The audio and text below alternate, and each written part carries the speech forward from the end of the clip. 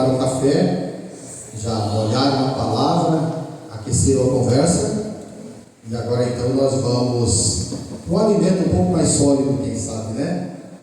Espero que nós estejamos dispostos a tudo isso e assim agradecemos o nome do Senhor nosso Deus. Como vimos ali os visitantes, está ali o Clisma, né? Quase convidei para pregar, mas ele não trouxe o sermão pronto ali, né?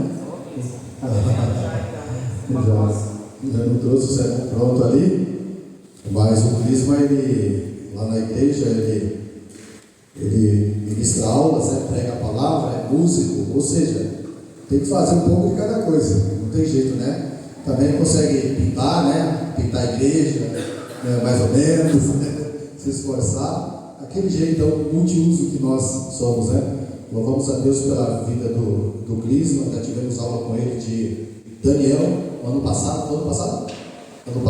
de Daniel, aprendemos bastante, e nós damos graças a Deus pela vida dele, né? Porque isso é um milagre do Senhor, temos testemunhado isso em muitos lugares, e nós louvamos a Deus pela vida dele. A esposa dele também é uma bênção, a Beatriz, uma mulher prendada, muito querida, muito educada, uma bênção. Ele, acredito que ele orou bastante, né? Para chegar a esse.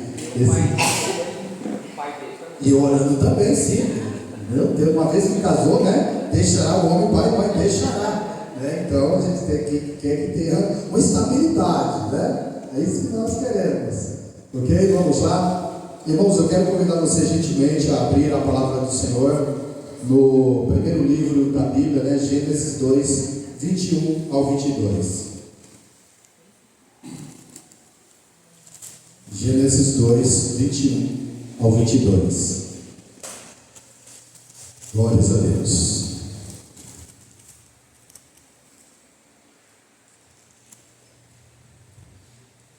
Ok? Podemos ler, diz assim: Então o Senhor Deus fez o homem cair em profundo sono, e enquanto esse dormia, tirou-lhe uma das costelas, fechando o lugar com carne.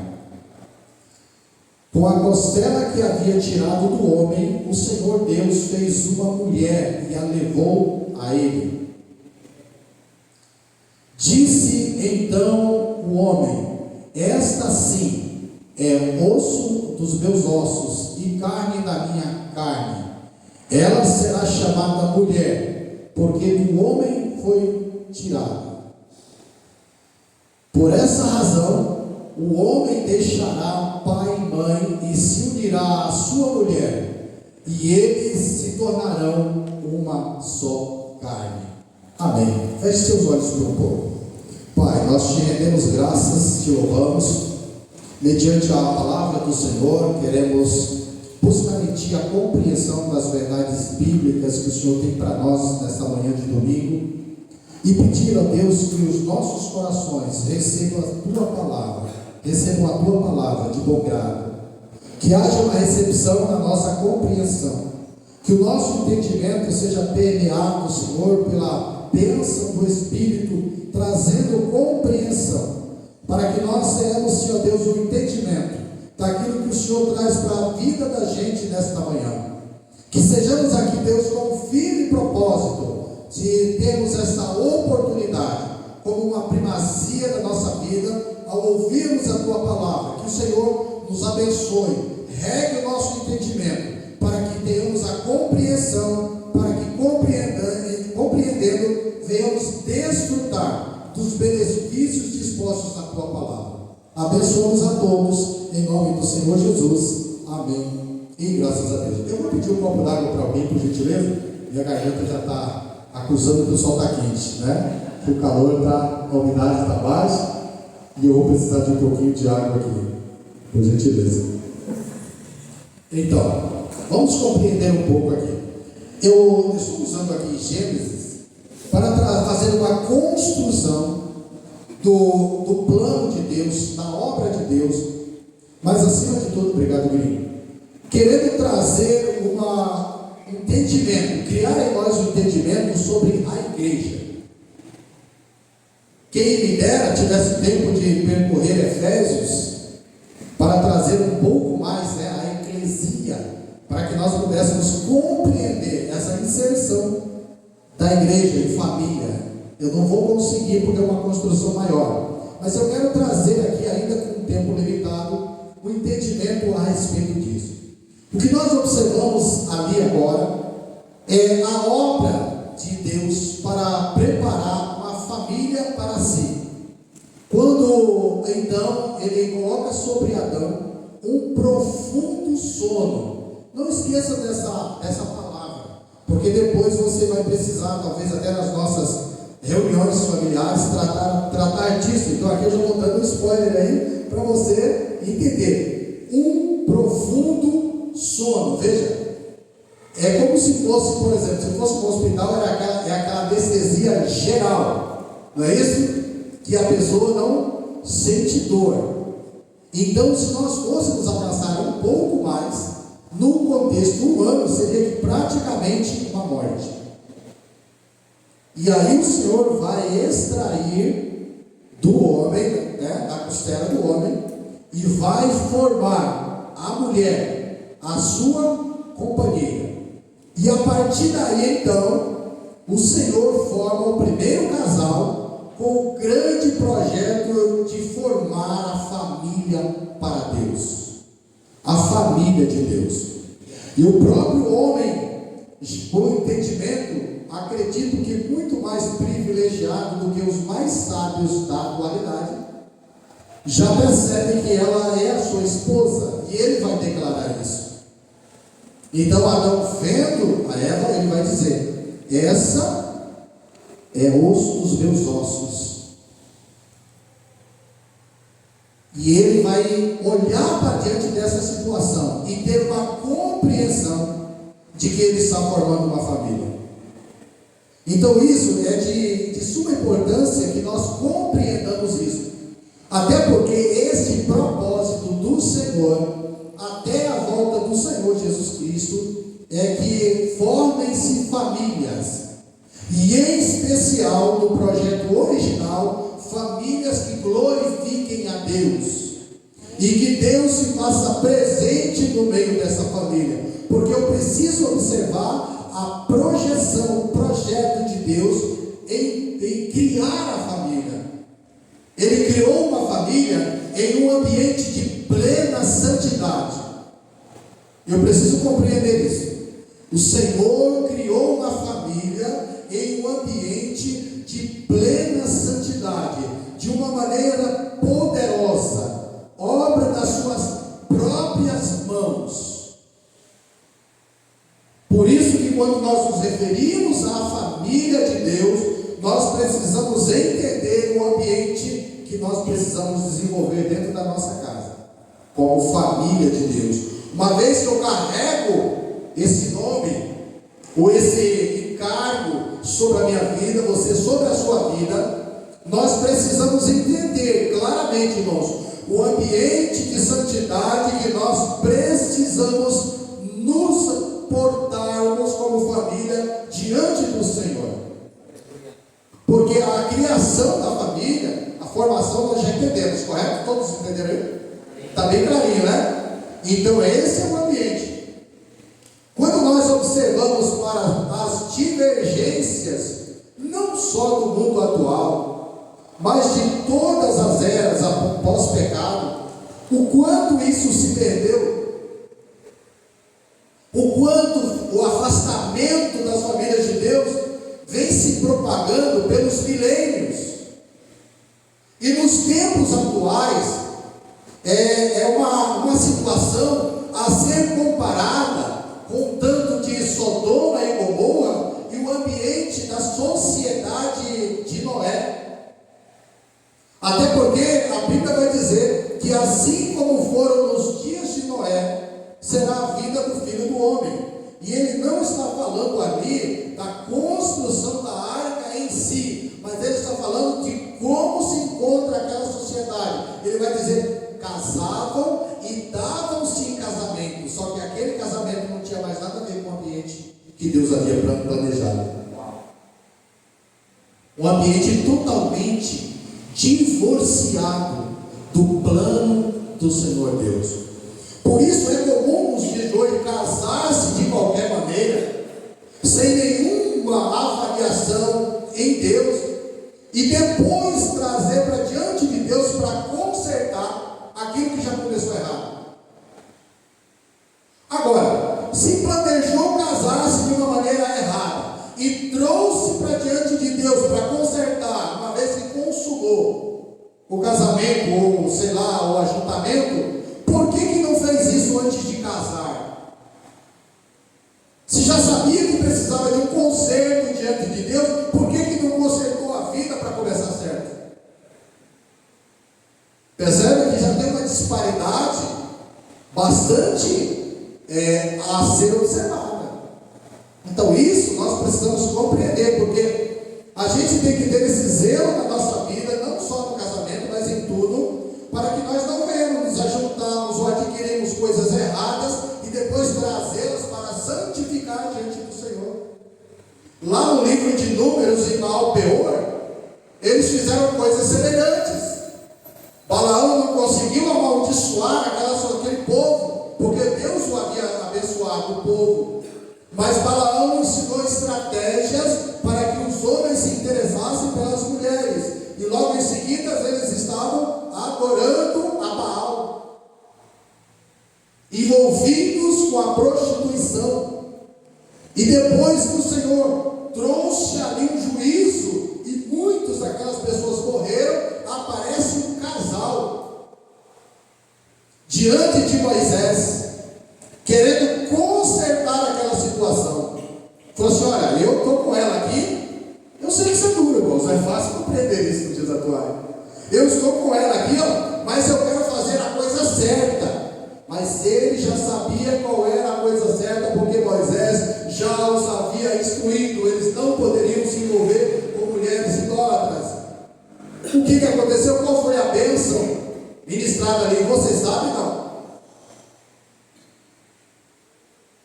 Você já leu sobre isso? Eles foram transpassados a espada e tiraram o anátema, a maldição de sobre o povo do Senhor. Fácil, né? Moisés parecia bem democrático. Agora, nós queremos compreender que quando o homem e a mulher ali, esse caso, que diz assim: deixará o homem pai e mãe, deixará o homem pai e mãe, né? Até ainda brinquei com o Cristo ali, né? Falando disso. A gente percebe aqui uma mudança de prioridades. A prioridade agora já não é o pai e a mãe. Percebe? A prioridade, quando ele deixará o homem pai e mãe, ele está dizendo: olha, nós estamos mudando as prioridades agora. Vai deixar de desonrar o pai e mãe? Não, o pai e a mãe não precisa. Não tem nada a ver. Não interfere nada disso de honrar e desonrar o pai e mãe. Mas a mudança de prioridades tem que ser mudada. Por isso deixará o homem pai e mãe e unir-se à sua mulher. Ou seja, a prioridade agora é quem? A esposa para o esposo e o esposo para a esposa. Essa é a prioridade. Essa é uma outra família. Essa é uma outra casa. Esse agora tem um novo provedor. Essa casa tem um novo provedor. Aquela casa agora tem uma mulher, tem uma administradora, uma edificadora da casa. Então, quando essas coisas transcorrem de acordo com o plano do Senhor, é uma bênção. E essa bênção vai se estender aos filhos e aos filhos dos filhos. E a Bíblia diz: o homem sábio deixará uma herança para os filhos dos seus filhos. E essa é uma família agregada no Senhor, ligada diretamente na bênção do Senhor Deus. E por conta de muitas vezes, até mesmo no meio cristão, existirem essas disparidades, aí nós temos consequências que teremos que tratar disso, e não tem outro jeito, a gente tem que tratar, a gente tem que orientar, é preciso interceder, é preciso aconselhar. Não é fácil, eu não estou dizendo que não vai existir, vai existir, está existindo, e nós teremos trabalho, e teremos que trabalhar. Teremos que trabalhar, mas não é fácil. Por quê? Por que não é fácil? Porque eu não posso abrir mão dos princípios do Senhor para isso. É totalmente diferente quando alguém ainda não conheceu a Cristo. Nós estamos falando aqui em especial de quem já conheceu a verdade. Na citação de Baal-Peor ali, o casal já conhecia. Era um homem, daqueles homens de infantaria, e ele já tinha conhecimento pleno do que estava fazendo. Mas mesmo assim, ele acabou subjugando, o seu coração abaixo do que deveria, e assim ele contraiu essa união, e ele não conseguiu ir adiante disso.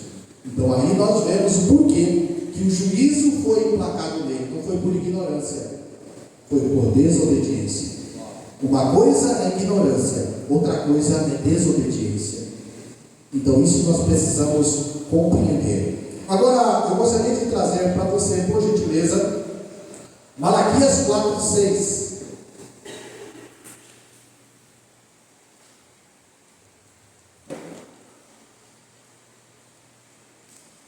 Aqui o profeta Malaquias está profetizando já a respeito do Senhor Jesus.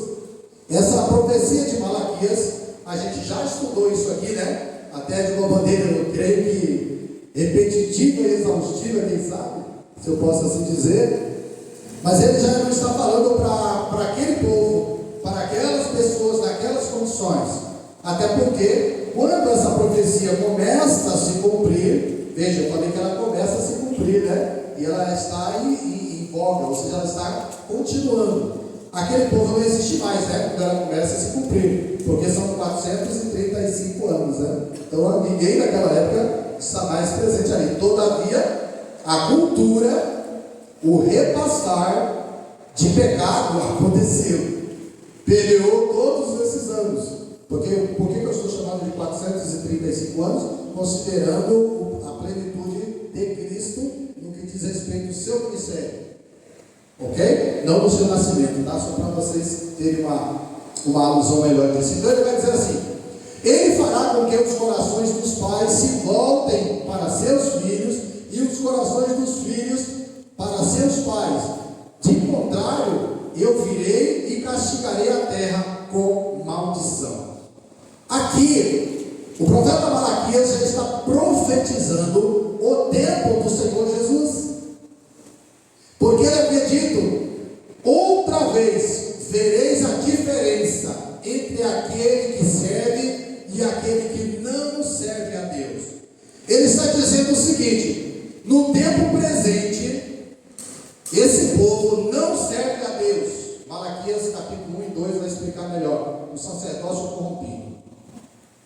Mas ele está dizendo outra vez, não é dessa vez, porque dessa vez não deu mais.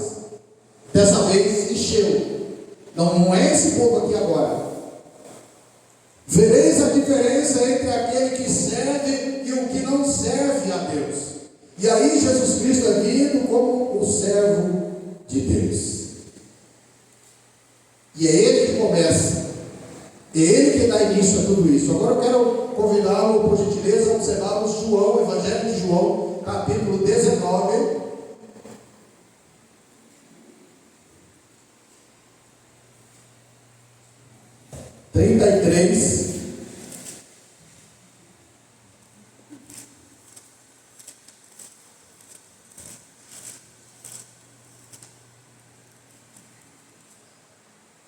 E 34, vamos lá, diz assim: mas quando chegava Jesus, constatando que já estava morto, não lhe quebraram as pernas.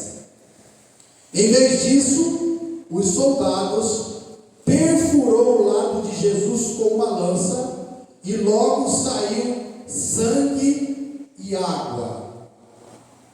Essa aqui, pode deixar aí, deixa nesse último aí, o 34, por gentileza.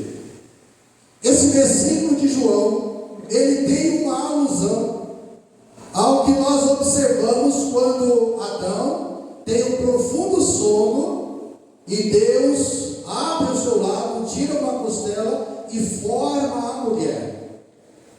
Agora nós temos uma alusão disso no que nós estamos vendo aqui. Um soldado, ele vai transpassar o lado de Jesus. Veja que antes ali não quebrou as pernas, porque tinha uma profecia que ele não teria seus ossos com fraturas, até porque o sacerdócio não poderia ter essas condições, fraturas. Então ele é o homem perfeito. Então isso, e ele ressuscitaria com a perfeição daí glorificada. Aí nós temos uma alusão disso no Salmo 34, 20, por gentileza, depois a gente volta ali, para nós trabalharmos um pouco. Salmo 34, 20.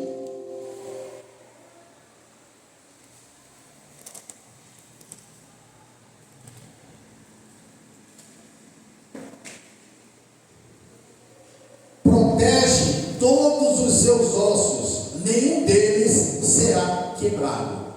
O que nós estamos vendo aqui? Eu não consigo abrir o texto para ler todo, né? Não conseguiria resolver tudo aqui nesse meu tempo.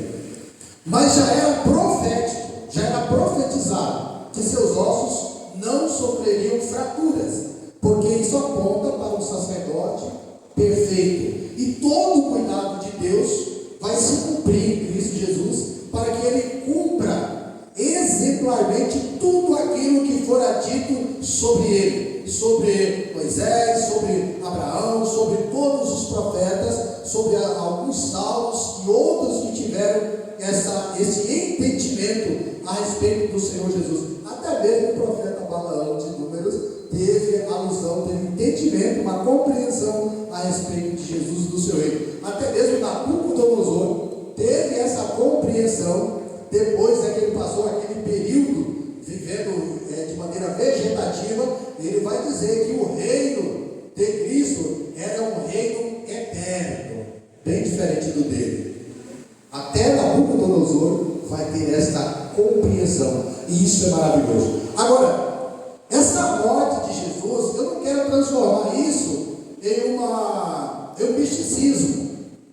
Mas quando o soldado romano fere Jesus do lado e sai apenas água e sangue, nós estamos vendo o que? Redenção e santificação. Redenção pelo sangue que nos redimiu. Eu nunca esqueci. Quem lembra do pastor Elias Júnior lá no Gringo, na reunião de homens lá? Quem lembra? Quem estava lá aqui? Pastor Carlos, não sei. O Gringo tinha que estar, porque era a casa dele, né? Tinha outro jeito. A remissão, ou seja, extração dos pecados. A maldição é como se fosse a adição do pecado, mas a remissão é a extração do pecado. O sangue de Jesus, ele não veio para expulsar demônio, ele veio para remir o pecador que havia se perdido. E a água que derrama, ela simboliza a palavra. Jesus vai dizer: vós, os discípulos, já estão limpos pela palavra que eu vos tenho falado ou ensinado, se nós assim preferirmos para uma melhor compreensão disso. Então nós vamos observar o quê? Que neste momento o Senhor está fazendo o quê? Restaurando aquela família que se perdeu lá no Éden. Ele começa uma restauração, e ele é o quê? O segundo Adão. E é justamente nesse momento que eles vão perfurar o lado de Jesus. Jesus está ali em um profundo sono, que nós chamamos de morte. Quando nós vamos comparar na Bíblia sono e morte, em muitos aspectos tem o mesmo significado.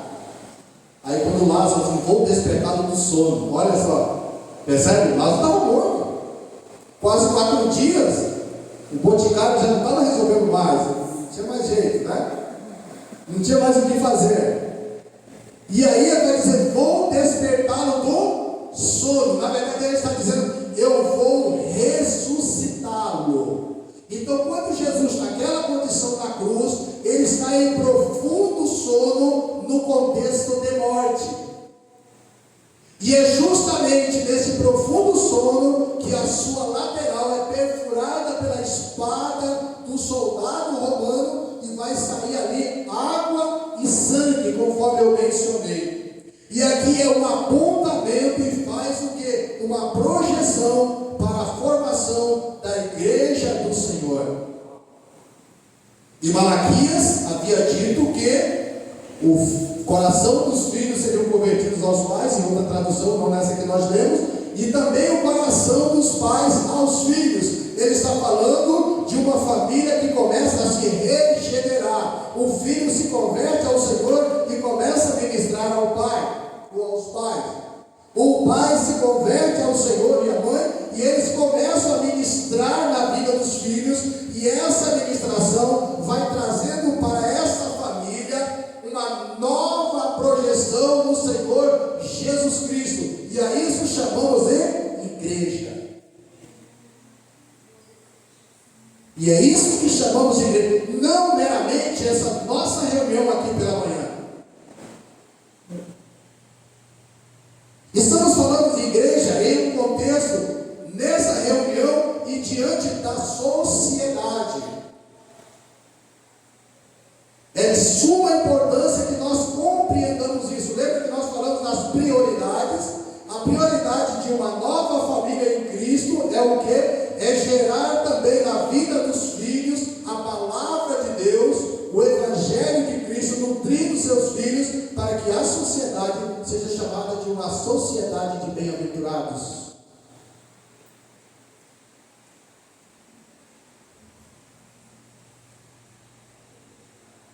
A palavra eclésia, que no contexto de igreja, nós podemos considerar que é reunir pessoas com o propósito eterno.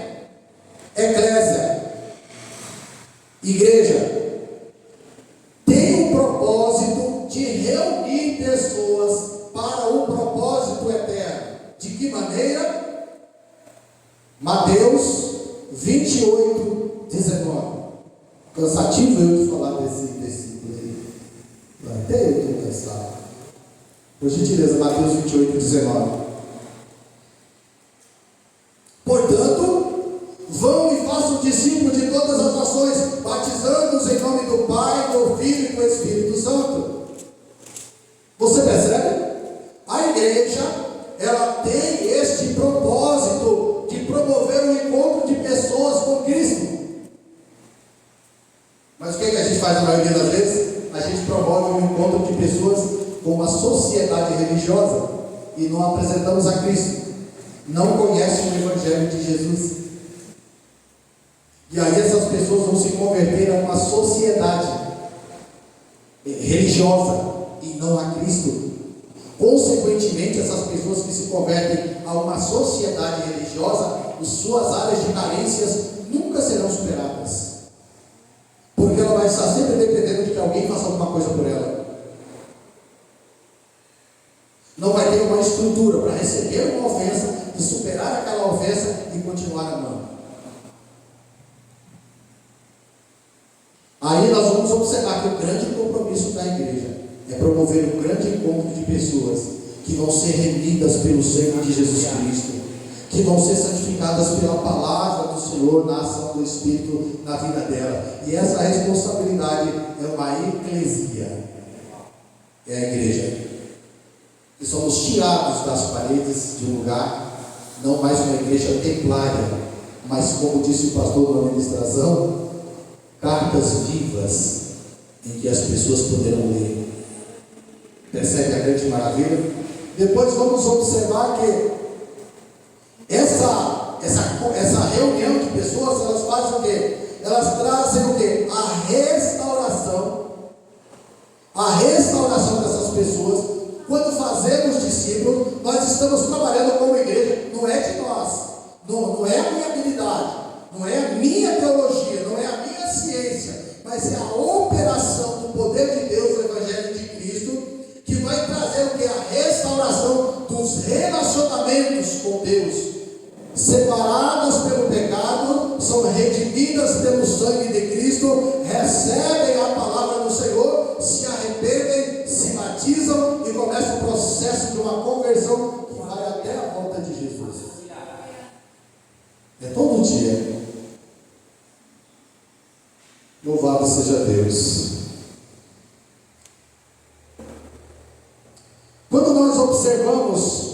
Apocalipse 19, do 6 ao 9, por gentileza. Apocalipse 19, 6 ao 9.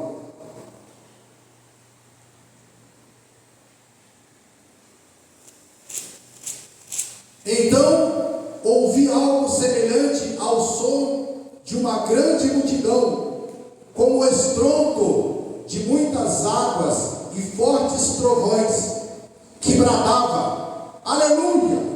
Pois reina o Senhor, o nosso Deus, o Todo-Poderoso. Regozijemos-nos, vamos alegrar-nos e dar-lhes glória, pois chegou a hora do casamento do Cordeiro e a sua noiva já se preparou. Para vestir-se foi-lhe dado linho fino, brilhante e puro. O linho fino são os atos justos dos santos, dos servos de Deus. Isso aponta para mim? Aponta para você? Está falando de mim, de você? Porque aqui nós estamos vendo uma alegria exuberante, uma alegria indescritível, porque nós não tivemos acesso na sua plenitude. Temos uma ciência e uma projeção, porque o Senhor nos dá através da sua palavra e do seu Espírito, mas não como desfrutar na plenitude. Até porque João, só em olhar para o Cordeiro, diz: quando eu olhei, eu caí como morto. Só em dar uma olhadinha, né? Então imagina eu tentar trazer para uma compreensão mais ampla da minha parte. Então o que ele está falando? As bodas do Cordeiro. Então tudo isso é preparado, e o Senhor nunca desistiu desse plano, para que um dia o Senhor cumpra o propósito inicial, porque ele não muda, não há variação, porque as bodas do Cordeiro apontam para o grande encontro de todas as famílias salvas pelo sangue do Senhor Jesus Cristo, que foram lavadas pela sua palavra, que são regeneradas, em cujas vidas habita o Espírito do Senhor, cujos nomes estão escritos no livro da vida. Essa é a projeção nesse tempo. Mas o Senhor disse, como mencionei antes, que a vida do Senhor se dará em uma sociedade semelhante à sociedade de Noé, em que as pessoas casavam, davam-se em casamento, ou seja, tem uma perspectiva longa, né? Uma pessoa casa, ela pensa: eu vou ter filhos, eu vou fazer isso, eu vou desenvolver, ok? É uma projeção de longo tempo. Então, quando ele vai falar de uma sociedade, nós vamos olhar uma sociedade terrível naquela época, que encheu a medida da misericórdia de Deus para com eles. E a Bíblia vai dizer que Noé achou graça aos olhos de Deus, favor imerecido, como é o Evangelho da graça. E Noé, com a sua família, foi salvo do juízo diluviano que veio sobre toda a terra.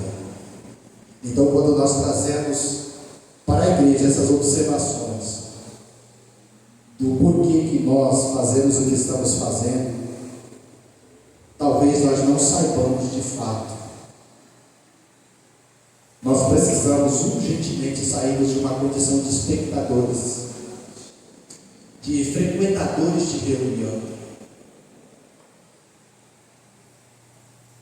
onde as nossas carências não são resolvidas. 1 ano, 2 anos, 3 anos, e as pessoas estão testemunhando que foi curada da sua alma. Mais 2 anos eu fui curado da minha alma. Agora sim eu estou curado.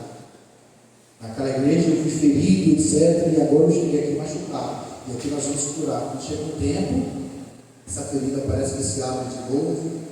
E a vida nunca se firma em Deus. Sabe o que é isso? Não tem uma projeção da esperança futura, da eternidade. Não tem projeção. E das grandes razões é a falta de interesse, com a indisposição de ensinar a verdade, por negligência ou por ignorância, acabam contribuindo. É um conjunto que se forma. Quando você não instrui, a ignorância reina. Quando você não ensina a palavra de Deus, o mundo dá conta de fazer a parte dele. E aí nós vamos colocar nossa esperança em quem? No presidente da República, no Senado, nas decisões daqueles deputados que não gostam de Deus. A responsabilidade de destruir a palavra de Deus não é do presidente, não é os deputados, não são os senadores, é minha, é sua. A sua esperança, a minha esperança, precisa estar no Senhor o tempo todo. Precisamos escolher bons líderes, precisamos tentar acertar o máximo possível que nós pudermos. Pesquisar, saber, conhecer e votar certo. Mas a nossa esperança de futuro não está neles. Até porque o fim dos tempos aponta para um tempo terrível. E ainda que quisessem, eles não darão conta de mudar isso, porque já está profetizado. E nós precisamos salientar no nosso entendimento e nos exercitarmos disso gradativamente, para que nós tenhamos essa boa compreensão. Então, as bodas do Cordeiro é o encontro de uma comunhão restaurada, formando uma família para viver eternamente. Se a nossa esperança estiver apenas nas coisas dessa terra, como diz a Escritura, nós somos os mais miseráveis dos homens.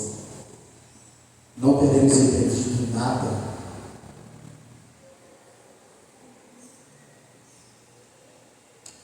O Deus que desceu até nós, uma vez que não podíamos ir até Ele.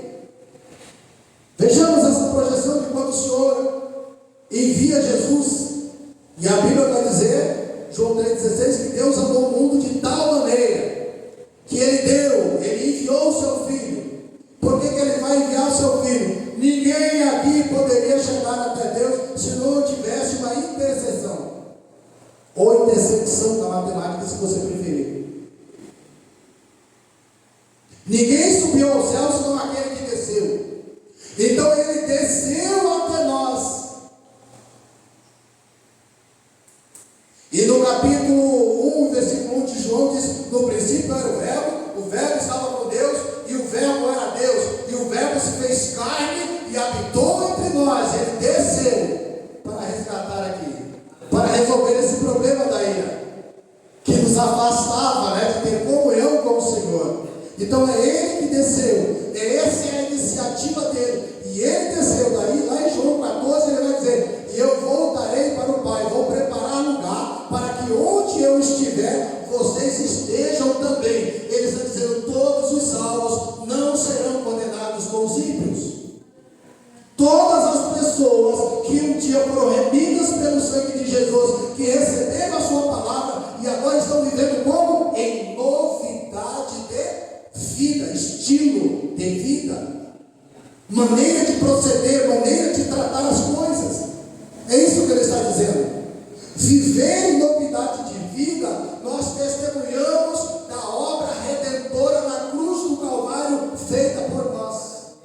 Só essa novidade de vida clara, pública, vai mostrar. E não adianta eu dizer assim: Deus conhece meu coração.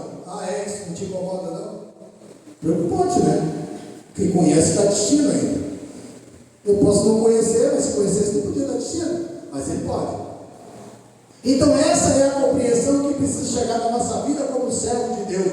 O Deus que desceu até nós, uma vez que não podíamos ir até Ele. Aí Jesus vai dizer: eu sou o caminho, a verdade e a vida. Então ele está dizendo: eu abri um caminho para vocês viverem para sempre com Deus, e através de mim. Por isso morri, por isso ressuscitei, e eu vou voltar para buscá-los. Essa é a projeção. Essa é a projeção de tudo isso que nós estamos trazendo aqui. As bodas do Cordeiro também é a consumação, como nós vimos ali em Apocalipse, do relacionamento com Cristo e a igreja. A consumação, ou seja, fechou, está tudo realizado, tudo se cumpriu, tudo está cumprido. A partir daí então é a consumação da relação de Cristo, de Deus, com a igreja salva redimida, lavada no sangue do Cordeiro. Agora, para nós compreendermos então, vejamos lá Romanos 6,14, por favor.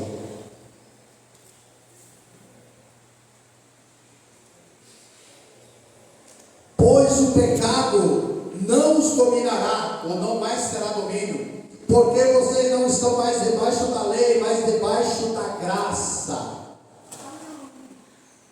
Ou seja, porque estamos debaixo da graça, o pecado não terá domínio sobre nós. Qual é a graça? Não é um favor para a libertinagem, para eu achar que por conta da graça eu faço tudo o que eu quero, e que eu já fui perdoado, e por mais que eu pegue uma visão nicolaíta, né? O amor de Deus suprirá tudo isso. Não. É necessário que o pecado não domine, não impere mais sobre as nossas vidas. Porque nós estamos o quê? Debaixo da graça, do favor de Deus, da obra vivificante na cruz do Calvário sobre mim e sobre você.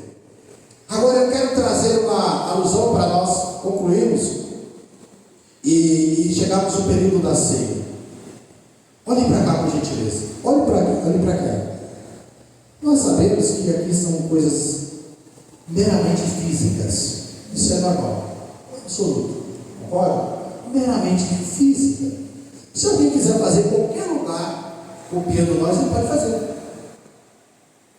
Sério. Se alguém no espiritismo, no candomblé, vamos fazer nós crentes, eles vão fazer. Tudo bem, vamos fazer. Ok. Mas o que muda?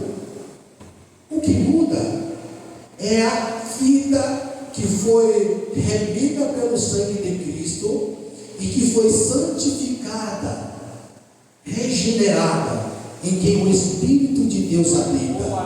Porque o participar da ceia do Senhor, ela está dizendo aqui, Jesus participou uma vez só, e ele disse que só participaria depois com a gente. Isso inclui você, tem que incluir você. Isso precisa incluir a sua família. Você e eu precisamos pensar nisso. Não participarei outra vez, senão naquele dia, onde?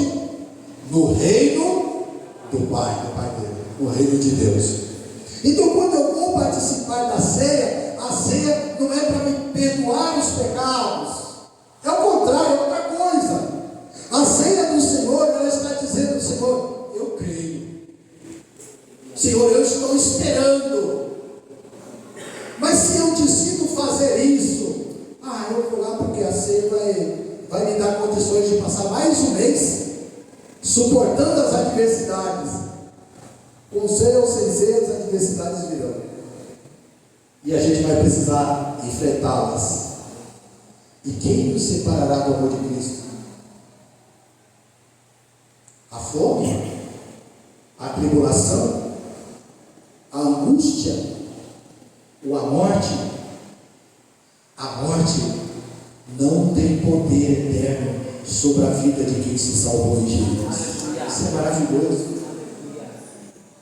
A morte não tem poder eterno. O Senhor, Ele não se compraz com a morte do ímpio, mas quando um justo desce a sepultura, o Senhor não vai fazer luto por causa dele, porque ele está guardado dele. E nós, os vivos aqui, ainda temos que ter uma peleja muito grande e vigilante todos os dias. Por isso, nesta oportunidade, irmãos, todos nós precisamos carregarmos uma reflexão diária da nossa vida. Ele vai voltar. Eu não posso procrastinar. Semana que vem acho que eu vou dar um jeito na minha vida. Eu não posso procrastinar. Fique de pé, por gentileza. Quero convidar as pessoas que vão seguir a ceia.